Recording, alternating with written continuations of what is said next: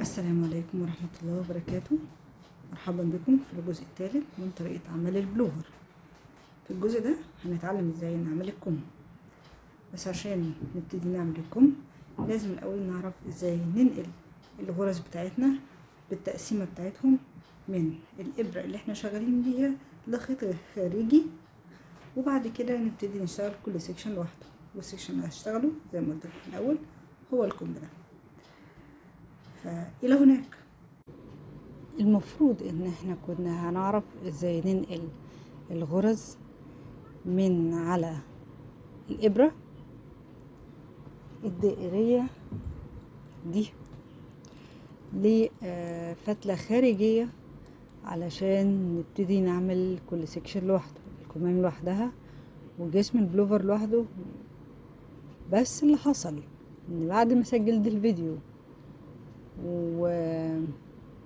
ونقلت الغرز واشتغلت الكم اكتشفت ان الفيديو اتمسح. الحمد لله ان انا بسجل كل جزء لوحده، والحمد لله ان الجزء ده مش هو جزء فيه تركات معينة او تكنيك صعب. الحمد لله ان الجزء ده سهل. انا بحاول ابص للنص المليان من الكوباية. فاحنا هنشرح على البلوفر، على البلوفر بعد ما حطينا الغرز على على الفتلة احنا عملنا كده ازاي.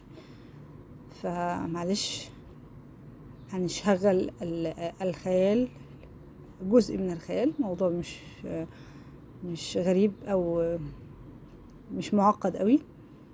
وهنشوف ازاي احنا المفروض نقلنا الغرز على الابرة. فاحنا هنتخيل ان الابرة دي اوريدي موجودة دلوقتي هنا، وان الفتلة دي هي في الواقع الابرة. تمام.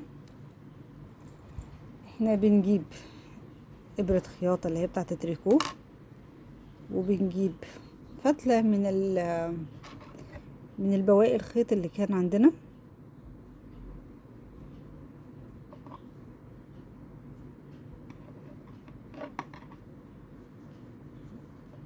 تمام. احنا بنبتدي او بداية الغرز بتاعتنا كانت من بداية الكم الاولاني. احنا لو رجعنا للرسمة بتاعتنا اللي احنا عاملينها،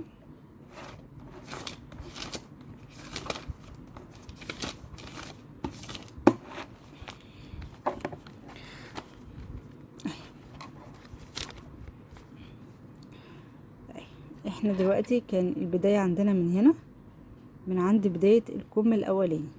فاحنا المفروض بنبتدي نفضي او ننقل الغرز من الابرة من عند بداية الكم.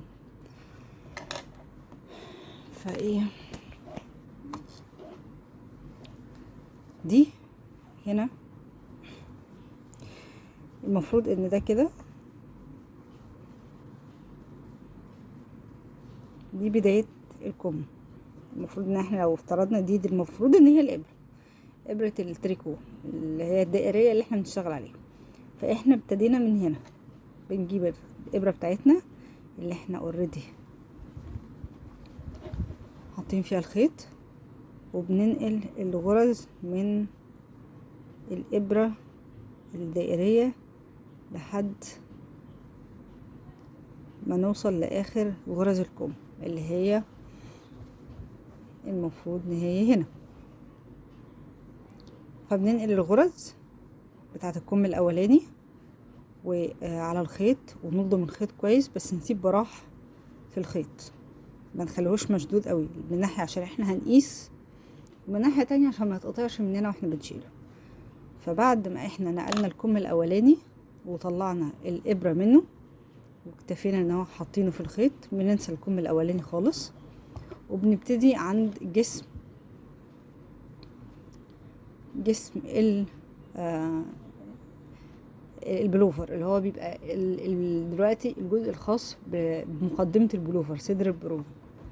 بنجيب نفس الابرة او ابرة تانية زي ما انتوا عايزين بخيط تاني، ونبتدي ناخد الغرز بتاعة الصدر. المفروض هناخده لحد ما نوصل لنهاية الوش بتاع البلوفر.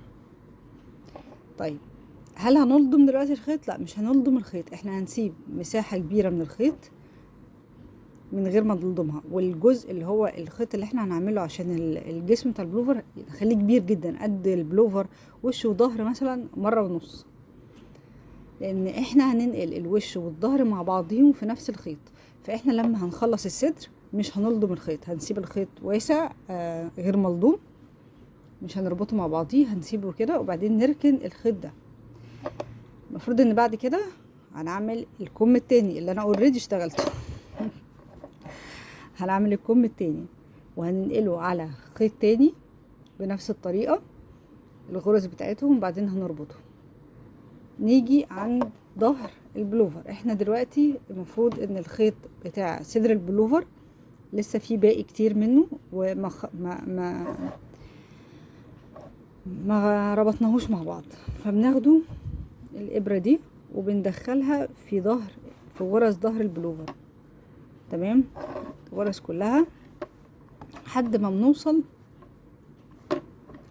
لنهايته اللي هي بتكون بداية الكم الاولاني. بناخد الغرز اللي احنا حطيناها في نفس الخيط بتاع مقدمة البلوفر او صدر البلوفر، وبعد كده بنربطهم مع بعضهم، بنلضمهم مع بعض. في الاخر بيبقى احنا عندنا الكمين كل كم في خيط، والصدر والظهر مع بعضهم في خيط واحد. وبعد كده بنبتدي نشتغل سيكشن سيكشن لحد ما بنخلص البلوفر. في ناس او المتبع ان احنا بنعمل سيكشن الصدر والوش، الصدر والظهر مع بعضهم الاول، يعني بنخلص جسم البلوفر الاول بعدين بنوصل للكمام. انا بالنسبه لي منعا للزهق، عشان انا قلت لكم قبل كده ان انا بمل بسرعه، فبتحايل عن الموضوع ده بان انا بعمل الكم الاولاني الاول وبعدين الصدر وبعدين الكم التاني. ليه بعمل كده؟ لسببين. السبب الاولاني علشان انا هنا في التصميم اللي انا عاملاه للبلوفر ده عامله ان الكمين لون واحد كلهم، الكم من اوله لاخره لون واحد، هو بنفسجي. جسم البلوفر انا هدخل فيه كذا لون، فعلشان ادخل البكر البنفسجي يقضي معايا الكم تماما، فانا هعمل الكم الاولاني الاول واشيل نفس الحجم بتاع الخيط اللي انا عملت بيه الكم الاولاني للكم التاني، علشان ابقى انا ضامنه ان الخيط بتاعي هيقضي. ده قلت لكم ده السبب اللي هيخليني اعمل كده. وفي نفس الوقت عشان زي ما قلت لكم انا هخلص الكم الاولاني، فبدل ما ازهق هعمل الجسم بعد كده وبعد كده اوصل للكم التاني. فاحنا بعد كده لما بنيجي نشتغل الجزء بتاع الكم، ان شاء الله الفيديو ما يكونش اتمسح بتاعه، هقول لكم ازاي بندخل الابر تاني وبنشتغل الكم وبنضيف غرز زياده على الغرز اللي احنا كنا اوريدي عاملينها علشان نعمل الجزء الخاص تحت الباط. فدلوقتي احنا نقدر نقول ان احنا خلصنا الجزء ده، وبعد كده هندخل في طريقة عمل الكم. طيب احنا المفروض دلوقتي نحط عدد الغرز او نحط الغرز الخاصة بالكم الاولاني على 4 ابر بتوعنا اللي قدامنا دول، او مش على 4، احنا هنحطهم على 3 والابرة الرابعة هنشتغل بيها. احنا المفروض عندنا 60 غرزة عايزين نوزعهم على 3 ابر، يعني كل ابرة هيبقى فيها 20 غرزة. لو ما عندناش الابر مدببة الطرفين دي، احنا ممكن نستعمل الابر الدائرية العادية اللي احنا عملنا بيها جسم البلوفر. هتواجهنا بس مشكلة ان العدد الغرز هيكون اقل من الابرة، بس من حجم الابرة، بس في شورت انا اوريدي كنت عملته بيحل لنا المشكلة دي، ممكن نبقى نبص عليه. طيب هناخد الابرة الاولانية وهنبتدي بالكم اللي احنا حاطين فيه ماركر البداية، ده غالبا هيكون الكم اليمين بدايته هنا. احنا هننقل الغرز ونقص الخيط بعد كده نقص الخيط اللي احنا ناقلين عليه الغرز دلوقتي او اللي احنا حاطين عليه الغرز دلوقتي.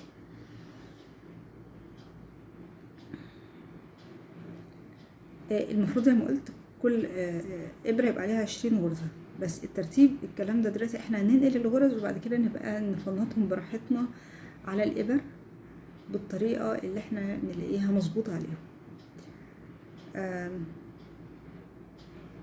احنا مش هنقص طبعا الخيط غير لما ننقل على الإبر كلها، عشان مش عايزين اي حوادث غير سعيدة تحصل.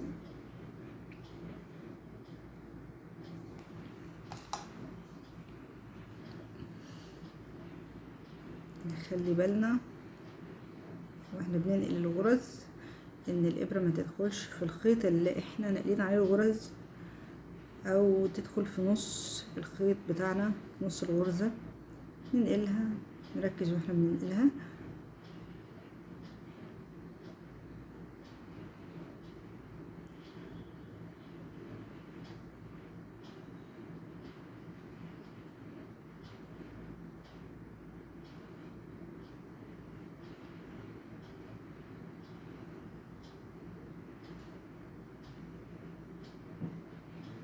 واحد، اتنين، تلاتة، أربعة، خمسة، ستة، سبعة،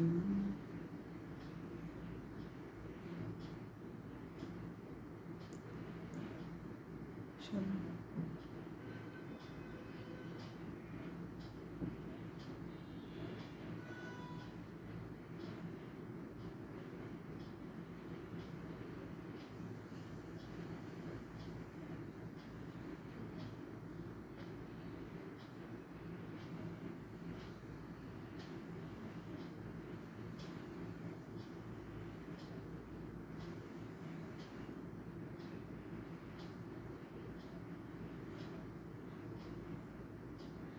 الإبرة التالتة،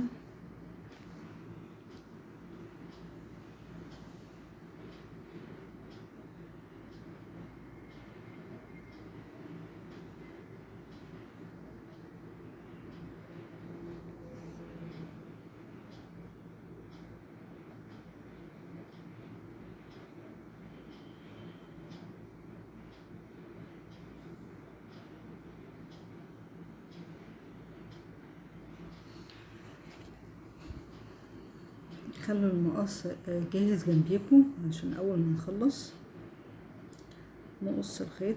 ونخلي بالنا ان احنا منقصش بالغلط الخيط اللي هو اللي ماسك جسم البلوفر. نركز ان احنا بنقص بس الخيط الخاص بالكم اللي احنا شغالين عليه، ونشد بالراحة الخيط عشان نتأكد مفيش عقد في النص ممكن تضايقنا في الغرز بتاعتنا. ماشي. هنجيب البكرة اللي احنا كنا شغالين بيها، او البكرة بقى اللي احنا هنشتغل بيها، واحنا دلوقتي نقلنا الغرز كلها، بس هنعمل غرزة زي ما احنا شايفين كده، غرزة زيادة علشان دي اللي هنربط ما بينها، هنربط بيها ما بين الابرة 1 والابرة 3. احنا عملنا غرزة كده بالخيط اللي هو الجديد، وبعدين هنشتغل غرزة عدلة من الابرة التانية زي ما احنا شايفين كده، وبعدين هنقفلها. فرجعنا تاني لعدد الغرز اللي عندنا ان هما 60 غرزة مش 61. الغرزة اللي احنا عملناها دي استغليناها في ان احنا ربطنا ما بين الابر وبعضها. وهنشتغل صف، نربط بس الاول الخيط، وهنبتدي نشتغل عادي غرزة عدلة فقط الى نهاية الجزء ده من الكم. وهقول لكم ليه الجزء، ايه معنى الجزء ده من الكم.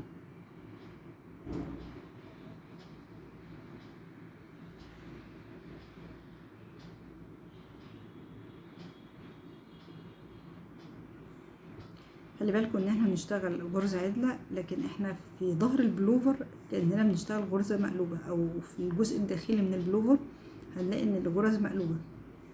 الغرزة اللي احنا شغالين بيها دي اللي هي غرزة عدلة بس هو فعليا كأننا بنشتغل وش وظهر. فالوش عندنا غرزة عدلة، لكن في الظهر غرزة مقلوبة. عشان كده دايما البلوفرات بتبقى مديانة شكل الغرزة اللي هي من بره، اللي هي عاملة زي سنابل القمح او السبعات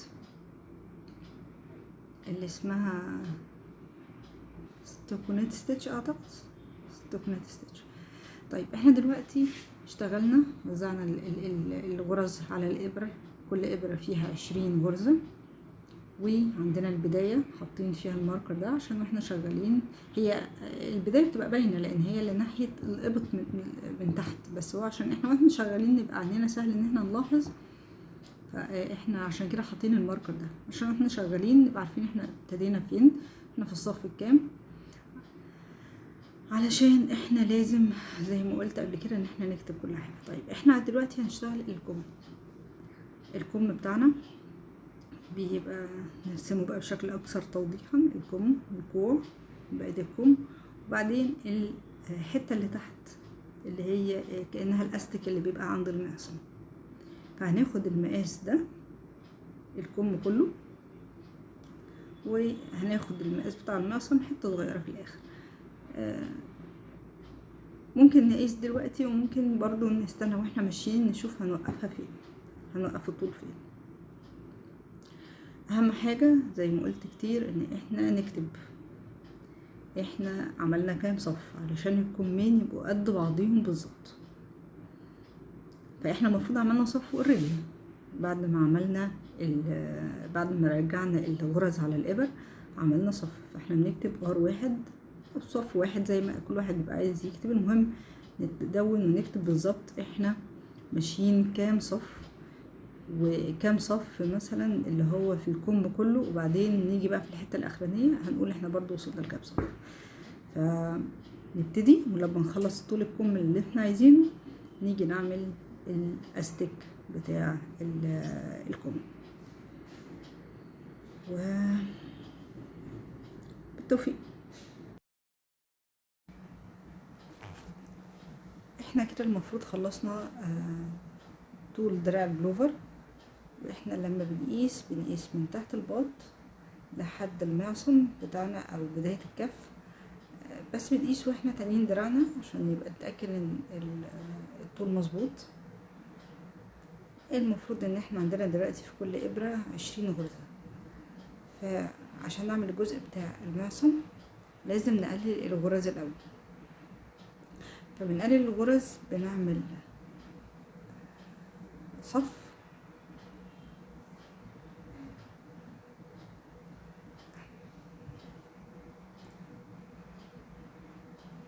تاني. طيب احنا كده خلصنا طول الدراع، ولما نيجي ناخد القياس بتاع الطول بناخده من تحت الباط من هنا لحد المعصم. وعشان ناخد القياس مظبوط لازم نتني دراعنا واحنا بنقيس عشان نتأكد ان الطول مظبوط، واحنا مش هيبقى اقصر شوية او مش هيبقى فيه مشكلة يعني. طيب احنا عشان نبتدي نعمل الجزء بتاع المعصم هنعمل حوالي مثلا 5-6 سنتي الجزء ده. وعشان نعمله لازم الاول بنعمل صف بنقلل فيه عدد الغرز الموجودة على الابر. بنشتغل غرزتين مع بعض لحد نهاية الصف ده، بحيث ان احنا كل ابرة يبقى عليها بدل 20 غرزة هيبقى عليها 10 غرز بس، والتوتال بتاعنا هيبقى بدل 60 هيبقى 30 غرزة. الصف ده احنا بنعمله مرة واحدة بس، وبعد كده بنبتدي نشتغل الجزء بتاع الاستك اللي هو اخر جزء في الكم ان شاء الله. واهم حاجة طبعا زي ما قلنا ان احنا بنكتب احنا واصلين، بنكتب كل صف احنا مشيناه، وهنكتب الصف ده اللي احنا عاملينه بالتحديد اللي هو صف التقليل.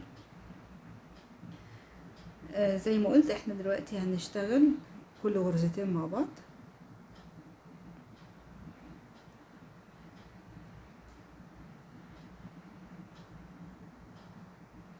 ممكن نسترخم العملية دي شوية، بس مش هنطول فيها يعني، هو صف واحد.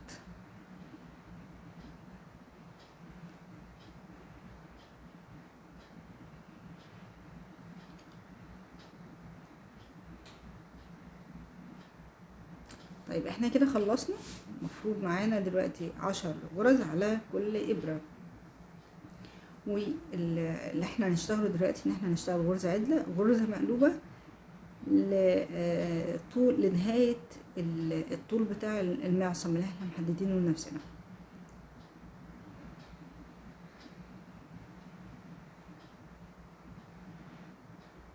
مهم ان احنا نبقى بنكتب احنا ابتدينا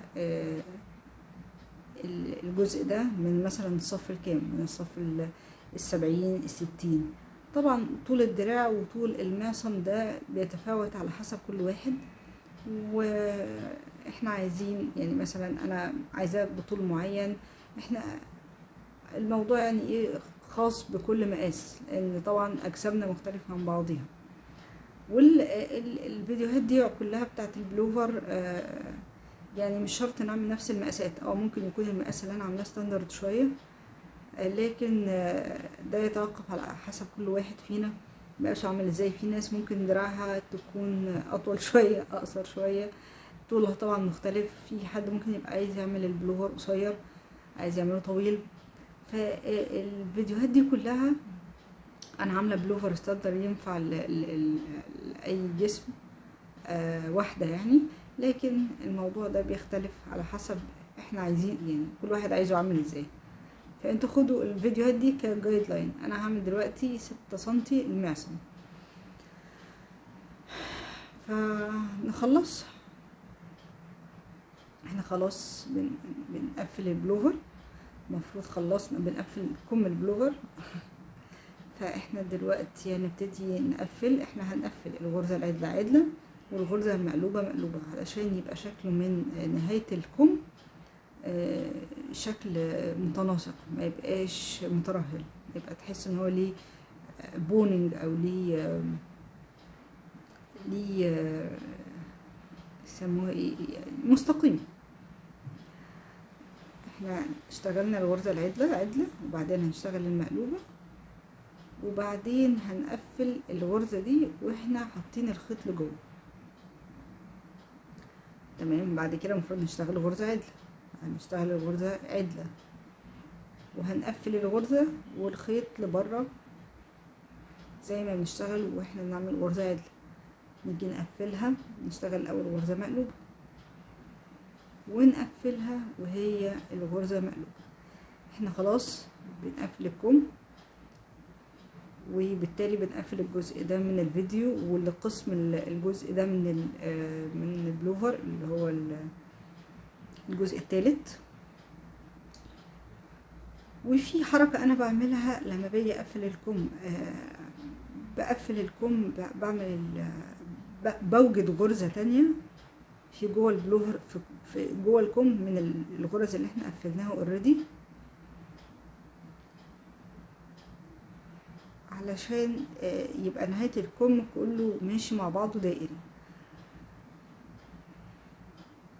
دي حاجة اختيارية، لو انتم مش عايزين تعملوا كده دي براحتكم. انا بعملها كده عشان احس ان الشكل اظرف بكتير. وبس نخلص الجزء ده مع بعض ونشوف ان شاء الله الجزء التاني من البلوفر.